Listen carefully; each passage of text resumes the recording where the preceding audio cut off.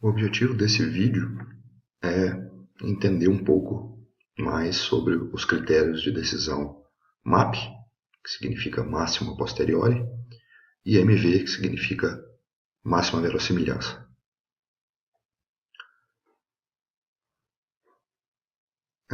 Esse experimento ele não faz parte do conjunto de experimentos abordados em laboratório, mas eu decidi fazer um videozinho sobre ele para ajudar os alunos a entenderem esses conceitos que às vezes são meio abstratos. Bom, vamos lá. Lá da teoria, a gente analisou esse sistema, onde a gente tinha um sinal antipodal transmitido, ou seja, mais ou menos G de T, mais G de T representando o bit 1 e menos G de T representando o bit 0.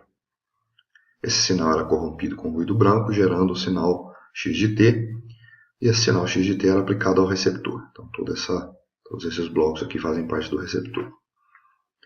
E aqui, na entrada do receptor, a gente poderia ter um correlator ou um filtro casado, já que esses dispositivos são equivalentes. A saída do correlator ou do filtro casado é mostrada gerando y, que nós chamamos de variável de decisão. E essa variável de decisão é comparada com o limiar de decisão e, para a sinalização antipodal, a gente decide pelo bit 1 se o valor da variável de decisão for maior do que o limiar, ou decide pelo bit 0 se o valor da variável de decisão for menor que o limiar. Bom, quando a gente aprendeu o que era o filtro casado e o que era o correlator, a gente disse que esses dispositivos eram ótimos. Ótimos no sentido de minimizar a probabilidade de tomar essa decisão errada. Mas nós não tínhamos condições de justificar por que de fato esses dispositivos, correlator ou filtro casado, eram ótimos. E aí nós analisamos então esse circuito e vimos que a variável de decisão, y, ela varia em torno da média k ao quadrado TB com uma distribuição gaussiana se eu tiver transmitido o bit 1, ou seja, o pulso mais G de T. Se o transmissor tiver transmitido o pulso menos G de T, bit 0, a variável de decisão varia agora em torno da média menos k ao quadrado TB, também com uma distribuição gaussiana. Ok? Apenas em caráter informativo, essas duas expressões aqui em cima são as expressões dessas duas gaussianas. Ou seja, a densidade de probabilidade de y dado 0 é 1 sobre raiz de 2π sigma ao quadrado, onde sigma ao quadrado é a variância do ruído, ou seja, a potência do ruído, e quanto maior o sigma ao quadrado, maior a potência, o que significa que mais dispersa, mais aberta é essa gaussiana e essa gaussiana. Exponencial de menos y menos a média no caso do envio do zero é menos k ao quadrado TB, então y menos k ao quadrado TB dá y mais k ao quadrado TB ao quadrado sobre 2 sigma ao quadrado. A densidade de y dado 1 é similar, 1 sobre raiz de 2π sigma ao quadrado, é elevado a menos y menos a média, que agora é k ao quadrado TB, quando eu envio o bit 1, ao quadrado sobre 2 sigma ao quadrado. Muito bem.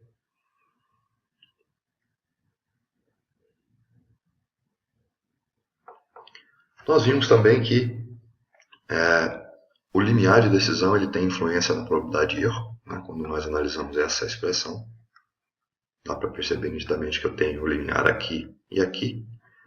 Portanto, ele tem influência no valor da probabilidade de erro de bit, que é igual à probabilidade de erro de símbolo, nesse caso, porque a sinalização, o sinal transmitido, é antipodal e binário.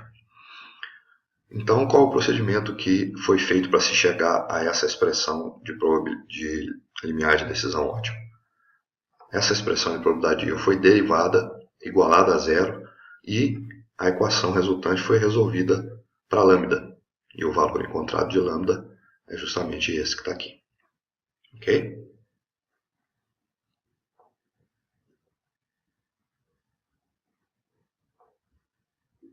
Aí nós partimos para a análise do critério de decisão MAP e MV. Por que o critério de decisão MAP é um critério que minimiza a probabilidade de erro? Basta que a gente analise essas duas frases, eu acredito que sejam suficientes para a gente entender isso. Ou seja, o que essas frases estão dizendo? Decida pelo bit 0 se a probabilidade de ter enviado esse bit for maior que a probabilidade de ter enviado o bit 1. Então, como eu disse em sala, é um critério bastante óbvio, ou seja, o receptor, então, que utiliza esse critério de decisão MAP, ele decide pelo bit 0 se, de alguma maneira, naquele momento de decisão, ele sabe que a probabilidade de ter enviado um bit 0 é maior. E decide pelo bit 1 se naquele momento, de alguma forma, ele sabe que a probabilidade de ter enviado o bit 1 é maior. Okay? Então, se eu decido por aquilo que é mais provável de acontecer, eu minimizo a probabilidade de errar. Então, é essa a razão pela qual o critério de decisão MAP é chamado de critério de decisão ótimo. Okay? Traduzindo essas duas frases para uma linguagem matemática, a gente tem o critério MAP escrito dessa forma, ou seja, decido pelo bit 0 se a probabilidade de ter enviado o bit 0, dada a observação da variável de decisão y, for maior do que a probabilidade de ter enviado 1, dada a observação da variável de decisão y. Ou seja, por essa expressão dá para a gente perceber de onde o receptor vai tirar a informação de qual bit é mais provável naquele momento. É justamente por meio da variável de decisão. Ou seja, observando a variável de decisão, de alguma maneira o receptor vai conseguir saber, naquele momento, qual bit mais provavelmente foi enviado. Se mais provavelmente foi enviado o bit 0, eu decido pelo bit 0. Se mais provavelmente foi enviado o bit 1, eu decido pelo bit 1. E aí, reescrevendo essas probabilidades usando o teorema ou regra de Bayes, elas ficam assim. Probabilidade de zero, de ser bit 0 dado y, é f de y dado 0 vezes p0 sobre f de y. Onde f de y dado 0, nós já conhecemos, é a densidade de probabilidade da variável de decisão na situação em que o bit 0 foi enviado. Ou seja, é essa a densidade da esquerda. E a outra densidade, f de y dado 1, é essa da direita.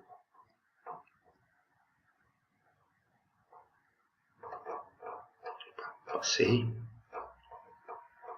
Ok? Então, a probabilidade de y, a probabilidade de ter enviado o bit 1, dada a observação da variável de decisão y, é f de y dado 1 sobre P1, aliás, vezes P1 sobre f de y. Então, ambas essas equações foram escritas usando a regra de Bayes. Lembrando, a regra de Bayes diz o seguinte: probabilidade de ocorrência de um evento A dada a ocorrência de um evento B é a probabilidade de ocorrência de um evento B dada a ocorrência de um evento A vezes a probabilidade do evento A dividido pela probabilidade do evento B. Ok? Bom, então, a regra de decisão MAP precisa comparar agora essas duas grandezas aqui. Só que percebam que o denominador de ambas é o mesmo, portanto, basta que eu compare os numeradores. Então, o critério de decisão MAP passa a ser escrito dessa forma. Decido pelo bit 0 se f de y dado 0 vezes p0 for maior do que f de y dado 1 vezes p1 e decido pelo bit 1 em caso contrário. Ok? Muito bem. Agora a gente vai lá para o experimento, onde a gente tem aqui a geração dos valores da variável de decisão y, ou seja, simplesmente gero nessa entrada do plot os valores de menos 5 a 5, e esses valores de menos 5 a 5 entram nas expressões das gaussianas. Nessas expressões. Ou seja, para um dado valor de y, eu gero o valor de f de y dado 0 e o valor de f de y dado 1. Ok? Então, esses bloquinhos aqui estão gerando essas curvas que estão aqui, multiplicadas por P0. Veja que eu tenho uma multiplicação aqui por P0. Eu estou multiplicando f de y dado 0 por P0. E f de y dado 1, estou multiplicando por P1. Onde P1 foi calculado como 1 menos P0. Ok? Então, aqui eu tenho f de y dado 0 vezes P0, e aqui f de y dado 1 vezes P1. Como a probabilidade P0 é meio nesse exemplo, portanto, P1 é igual a meio, então o limiar de decisão fica entre as médias, o ponto intermediário das médias, porque ambas as densidades foram ponderadas pelo mesmo valor, que é meio. Ok? Aqui eu tenho o cálculo do limiar de decisão segundo a teoria, e aqui uma medida do valor do limiar de decisão. Como que o cálculo é feito? Bom, lá na teoria, nós adotamos o valor de k igual a 1 sobre raiz quadrada de a ao quadrado tb, o que significa que esses valores de média aqui, k ao quadrado tb,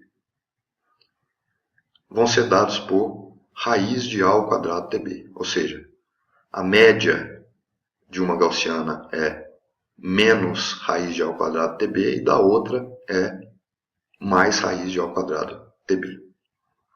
Então, o limiar ótimo de decisão, que é n0 sobre 4 raiz de a ao quadrado tb, ln de P0 por P1, essa expressão é a que está no livro, passa a ser dado por sigma ao quadrado sobre 2. Por quê? Porque a gente sabe que n0 sobre 2 é a potência de ruído na saída do filtro casado. Portanto, n0 sobre 4 é sigma ao quadrado sobre 2. E aqui eu continuo com raiz de a ao quadrado tb. Ok?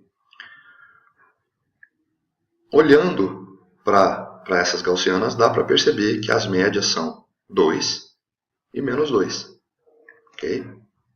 Portanto, esse valor de raiz de a ao quadrado tb, ou mais precisamente, esse valor é 2, esse valor aqui é 2, esse valor é 2. Então eu fico com sigma ao quadrado sobre 2 vezes 2, sigma ao quadrado sobre 4. ln de P0 por P1. Mas se eu olhar aqui dentro de um bloquinho de geração da expressão da gaussiana, vamos comparar aqui, veja que eu tenho aqui nesse bloco 1 sobre raiz de 2π vezes 1. 1 sobre raiz de 2π vezes sigma ao quadrado, portanto, sigma ao quadrado é igual a 1. É elevado a menos o valor da variável de decisão, que está na entrada aqui, y, mais a média 2, isso ao quadrado, essa expressão pou, entrada 1 mais 2, vírgula 2, sobre 2 sigma ao quadrado, que é 2 vezes 1. Ok? Ou seja, sigma ao quadrado é igual a 1, portanto, o limiar de decisão é 1 sobre 2 vezes a média aqui, que é 2, que é 1/4 de ln de P0 por P1. Onde P0 por P1 aqui são os valores da entrada 1, que é o P0, e 1 menos a entrada 1 é o P1. Ok? Então, aqui embaixo a gente nada mais tem do que o cálculo teórico do limiar ótimo de decisão.